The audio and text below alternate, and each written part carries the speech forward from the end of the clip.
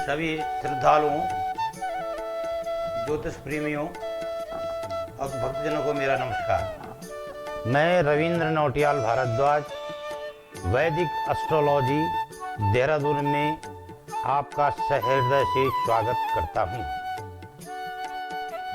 मित्रों, आज का विषय मेष राशि के जातकों से संबंधित है। सितंबर माह में मेष राशि के जातकों को क्या करना चाहिए और क्या नहीं करना चाहिए के संदर्भ में हम आपसे चर्चा करेंगे। तो मित्रों, लग्न मेष लग्न, मंगल जो है मेष लग्न में स्वग्रही है। स्वग्रही है तो स्वग्रही होने से मंगल मेष राशि वालों का स्वग्रही है, तो हमेशा जो ग्रह स्वराशि में होता है वो उस जातक को नुकसान नहीं पहुंचाता है। बहुत सही परिकल्पना आई कि मंगल क्रोधित करता है, अग्नि का वास करता है, अग्नि तत्व है, इसलिए उससे नुकसान होता है। मैं इस चीज को नहीं मानता हूं। मैं मानता हूं कि स्वराशि का मालिक मंगल लग्न में तन भाव में होने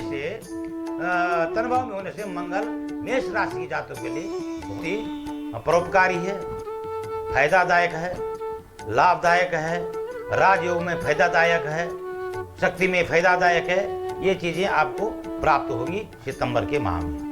दूसरा, चंद्रमा जो है, चंद्रमा वृक्क की चंद्रमा उच्च की चंद्रमा है और उच्च के चंद्रमा द्वितीय भाव में, लेकिन हम जो फलादेश कर रहे हैं गोचर के आधार पर लग्न से चंद्रमा का फलादेश कर रहे हैं। तो मंगल और चंद्रमा की जो गोचर में जो युति बनी वो लक्ष्मी योग बनाता है, और वो लक्ष्मी योग जातक को व्यापार में, धन में, मान प्रतिष्ठा में और आपके सकल कार्यों में सिद्धि प्रदान करता है। दूसरा, राहु पराक्रमेश भाव में बुध के घर में है। तो राहु, बहुत सारे ज्योतिषियों का कहना है कि राहु पापकारी ग्रह है, लेकिन राहु का जन्म ब्राह्मण वंश में हुआ है और राहु छाया ग्रह है। Imagine planets of the Galaxy, वो गैलेक्सी का जो है छाया ग्रह है। और अभी तक किसी भी वैज्ञानिक ने राहु के गैलेक्सी में जो है अभी उसका वर्णन हमें अभी तक नहीं मिला है, तो इसीलिए वो उसको छाया ग्रह कहते हैं। छाया ग्रह होता है, और राहु का छाया ग्रह का जो फलादेश होता है, जो जिस ग्रह के साथ में बैठा, जिस स्थान में बैठा हुआ, जिसके साथ में बैठा है, मित्र राशि में बैठा होगा तो मित्र को फल देगा, शत्रु राशि में बैठा होगा तो शत्रु को फल देगा। ये जो है पराक्रम में बुध के घर में बैठा हुआ, इसलिए राहु बहुत बढ़िया है इस टाइम सितंबर के माह तक आपके मेष राशि वालों के लिए। कर्क का सूर्य है बृहस्पति घर में शत्रु स्थान में बैठा हुआ है। अभी ग्रह इसमें बकरे भी होंगे, वो भी हम आपको बताएंगे, लेकिन ग्रह बकरी होने से फलादेश में जो गतियां होती है, जो बकरी ग्रह जो है होता है अपने कार्य को करके छोड़ता है, और मार्गी ग्रह जो होता है अपने कार्य को संचारित करता है, इसलिए फलादेश में इनका भी बहुत बड़ा महत्व है। तो शुक्र कर्क राशि का है, और शुक्र जो है इस टाइम अभी आपके लिए ठीक नहीं है। शुक्र का जो आपके लिए आपके स्वास्थ्य के लिए, आपके शरीर के लिए, आपके योग के लिए, आपके शुभ कार्य के लिए अभी शुक्र आपको उचित परामर्श नहीं देगा। दूसरी बात, पंचम स्थान में बुधादित्य योग बना है। बुधादित्य योग पंचम स्थान में बना हुआ है, और पंचम स्थान में बुधादित्य योग में आपका जो जिनको संतान की प्राप्ति होनी है, पुत्र की प्राप्ति होगी, लिख के रखना। जो विद्यावान है, विद्यार्थी हैं, बुधादित्य से उनकी बुद्धि में सकल परीक्षाओं को 99% सफल होंगे, ये आप लिखिए रखना। विद्या के लिए जो विद्यार्थी हैं, उन्होंने परीक्षा दे रखी है लेकिन रिजल्ट अभी तक नहीं आया, मेरी बात को नोट करना, 99% विद्यार्थी सफल होंगे और उच्च अंकों को प्राप्त करेंगे। बुधादित्य का ये फल है। छठे भाव का मालिक है आपका, अभी छठे भाव का मालिक भी आपके सूर्य के साथ में, इसलिए रोग से भी परेशानी नहीं होगी, शत्रु विजय कारक नहीं होंगे। सप्तम भाव का शुक्र बृहस्पति के घर में बैठा हुआ है, कर्क का शुक्र है, तो इस टाइम पे सितंबर माह के बाद 10 सितंबर से 4 अक्टूबर तक 10 सितंबर से 4 अक्टूबर तक मानते हैं इसकी दशा को, तो ये आपके लिए थोड़ा फलदायक नहीं है। इसमें व्यापार में हानि हो सकती है, शरीर को चोट लग सकती है, माता पिता का कष्ट हो सकता है, भाई बंधुओं से अनबन हो सकती है, शत्रु हो सकते हैं, राजयोग बन सकता, राजयोग का मतलब राज दरबार मुकदमे जिसको कहते हैं आपका, ये की संभावना बनती है। इसलिए आपको 10 से लेकर और 4 अक्टूबर तक इन सारी चीजों के लिए आपको सावधान होना है। इन चीजों को आपको जो है ज्योतिषीय परामर्श से इसके उपाय का तरीका ढूंढना है, और उसको आप हमारे फोन नंबर से भी पता कर सकते हैं। उसका सरल उपाय हम आपको बता सकते हैं। तीसरी बात, धर्म भाव में वर्तमान में बृहस्पति और केतु है, और बृहस्पति स्वग्रही है, लेकिन बृहस्पति और केतु के साथ में होने से गुरु चांडाल योग बनता है। इसीलिए गुरु चांडाल योग बनने से आपको 10 सितंबर के बाद बिल्कुल सचेत होना है। विद्यार्थी को भी सचेत होना है, व्यापारी को भी सचेत होना है, डॉक्टर को भी सचेत होना है, इंजीनियर को भी सचेत होना है। जितने भी मेष राशि के जातक हैं उनको सावधानी पूर्वक अपने कार्य करने हैं। चौथी बात, एक आपको गणितीय आधार पर नहीं, ज्योतिषीय आधार पर नहीं, दैवज्ञ के आधार पर, दैव्य के मतानुसार मैं ये कहना चाहता हूं कि शनि जो है मकर राशि में 10वें भाव में है। जो लोग राजकीय नौकरी करते हैं उन लोगों को अभी प्रमोशन प्राप्त होना है। जो लोग परीक्षाएं देके राजकीय सेवा की प्रतीक्षा कर रहे हैं उनको भी सफलता प्राप्त होने के योग हैं। जो लोग किसी युद्ध में जाते हैं या जिनका कहीं राज दरबार में मुकदमा चल रहा है उनको भी सफलता के योग हैं। क्योंकि शनि जो है 10वें भाव में बैठा है, कर्म स्थान में बैठा, और शनि जो है वृद्धि करता हो सकता है। स्थान हानि करो जीवो, स्थान वृद्धि करो शनि। तो शनि जो है 10वें भाव बैठा, राजयोग में बैठा हुआ है, राजस्थान में बैठा, ये आपको फायदा होगा। लाभ स्थान में भी आपका लाभ स्थान में भी शनि मालिक है, और शनि जो है आपको उच्च कारक भी है, स्वग्रही भी है, और ये आपको जो है अच्छा प्रमाण देगा। बेभाव बृहस्पति आपकी केतु के साथ युति से खर्चे ज्यादा होंगे, व्यापार में लाभ कम होगा। 10 के बाद भूमि संबंधी कार्य में विघ्न आएगा। ये चीजें आप ध्यान रखें। ये तो आपका सितंबर का संक्षिप्त मासिक फल है।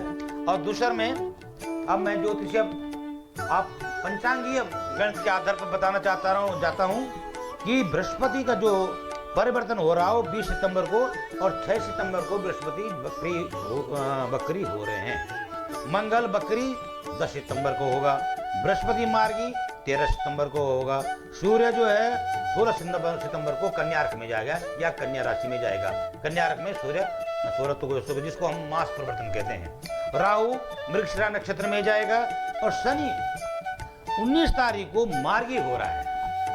तो शनि का, इसलिए मैंने जो आपको प्रमाण बताया, शनि का मार्गी होने से हमारा एक ही उद्देश्य था कि वो राजयोग में 10वें भाव में शनि मार्गी होगा तो अपने स्वग्रही में मार्गी होगा। इसलिए शनि का इस जातक को बल्कि शनि का इस जातक को बहुत ज्यादा परिवर्तनकारी योग बनते हैं।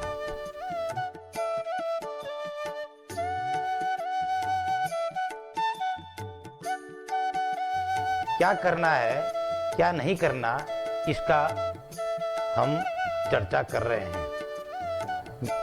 सितंबर माह में मेष राशि के जातक जो जन्म लेंगे, और जिन्होंने जन्म लिया होगा उनके लग्न में मंगल होने से वो तीव्र गौरवर्णीय होंगे और स्वस्थ रहेंगे। और जो मेष राशि के जातक हैं, जो बच्चे शिक्षा ग्रहण कर रहे हैं, उनके लिए ये समय 1 सितंबर से 10 सितंबर तक अति महत्व का है।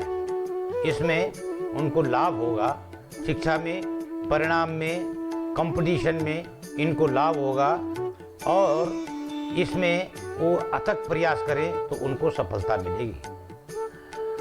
मेष राशि के जातक को वैवाहिक जीवन सितंबर के प्रथम सप्ताह में वैवाहिक जीवन का सुख मिलेगा। वैवाहिक जीवन में उत्तरोत्तर वृद्धि होगी।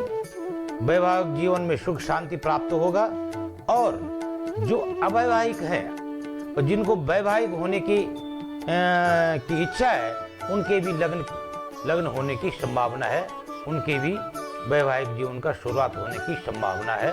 ऐसा मेष राशि के जातक के लिए आवश्यक है। तीसरा, स्वास्थ्य के लिए अभी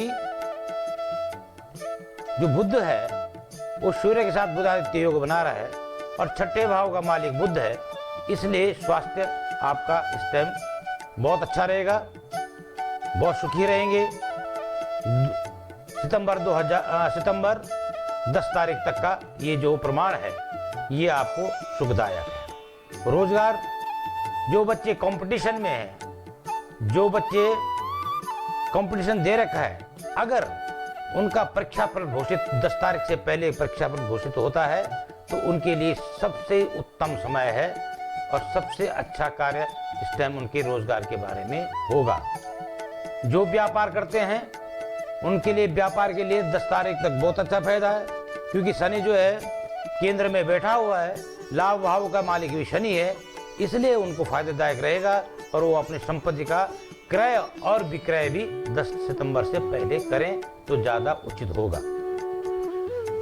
वाद विवाद नहीं होगा, क्योंकि अभी राजयोग में शनि बैठा हुआ है, तो इसलिए बाल विवाह का कोई संभावना नहीं है।